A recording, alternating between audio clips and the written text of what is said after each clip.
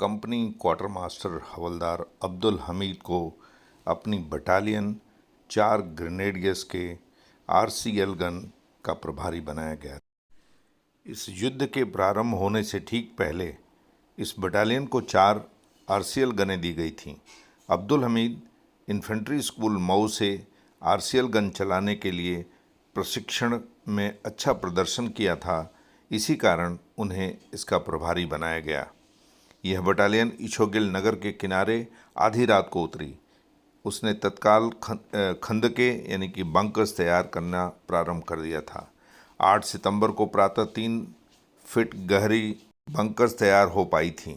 ऊपर का ढकाव संभव नहीं था, चारों ओर गन्ने के घने खेत थे। 8 सितंबर को प्रातः 7:30 बजे बड़ी संख्या में दुश्मन के टैंकों के बढ़ने की आवाज़ भारतीय सैनिकों को सुनाई दी। 9 बजे पैटर्न टैंकों का एक जत्था दिखाई दिया।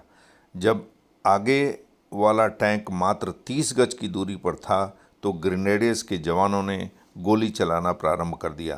कंपनी क्वार्टर मास्टर हवलदार अब्दुल हमीद के प्रहार से 2 टैंक तबाह हुए और उनके चालक भाग गए। 10 सितंबर 1965 को प्रातः 8 बजे पाकिस्तानी सेना ने खेमकरन क्षेत्र के चीमा गांव के आगे भिकीविंड सड़क पर पैटर्न टैंकों की एक रेजिमेंट के साथ आक्रमण कर दिया। इस हमले से पहले तोपों द्वारा भारी गोलाबारी की गई थी। 9 बजे तक दुश्मन के टैंक भारतीय रक्षक पंक्ति के सामने आ गए और प्रवेश करने लगे। स्थिति की गंभीरता को भांपते हुए कंपनी क्वार्टर मास्टर हवलदार अब्दुल हमीद आगे आए। वह आरसीएल गन टुकड़ी का कमांडर था होने के कारण उसने दुश्मन की भारी गोलाबारी के बीच अपनी गन एक जीप में लगा रखी थी। अपनी जगह का फ़ायदा उठाते हुए उन्होंने सामने वाले टैंक को नष्ट कर दिया और उसके प्रहार से उसने दूसरे टैंक को भी आग लगा दी। अब तक दुश्मन के टैंकों ने उसकी जीप की जगह पहचान ली थी। चतुर एवं हिम्मती अब्दुल हमीद ने तेज़ी से अपनी जगह बदल ली और इस दौरान दुश्मन तेज़ी से गोलाबारी करता रहा। इसकी परवाह न करते हुए अब्दुल हमीद ने एक और टैंक पर निशाना साधा।